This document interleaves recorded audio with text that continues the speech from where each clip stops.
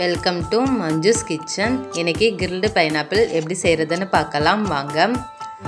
ஒரு பைனாப்பிள் எடுத்து தோலை நல்லா கட் பண்ணி எடுத்துக்கலாம்.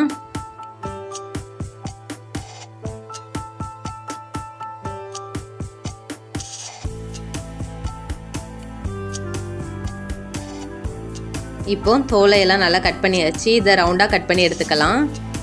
நீளமாக கூட கட் பண்ணிக்கலாம். நான் இன்றைக்கி ரவுண்டாக தான் கட் பண்ணியிருக்கேன்.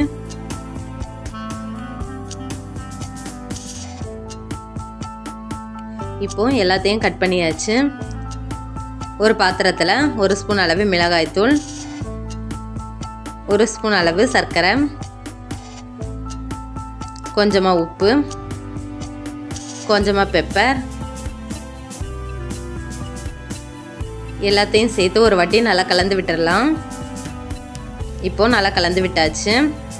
இதோட பைனாப்பிளை சேர்த்துக்கலாம்.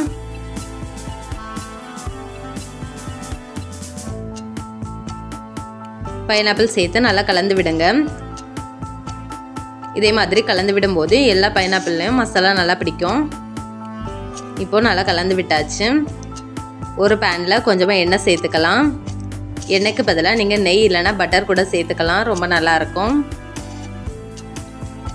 எண்ணெய் சூடானதும் ஒவ்வொரு பீஸாக வச்சுக்கலாம்.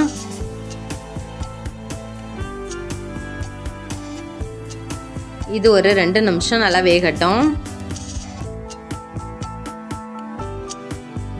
இது ஒரு பக்கம் வெந்ததும் திருப்பி போட்டுடலாம்.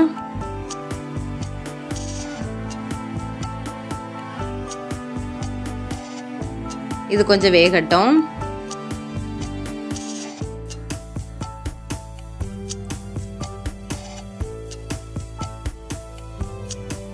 இப்போ வெந்துடுச்சு. இதை எடுத்துடலாம். இந்த ஒரு பிளேட்டில் மாற்றிக்கலாம்.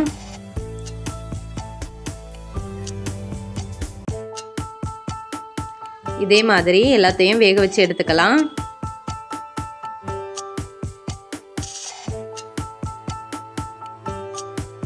ஒரு பக்கம் வெந்ததும் திருப்பி போட்டுக்கலாம்.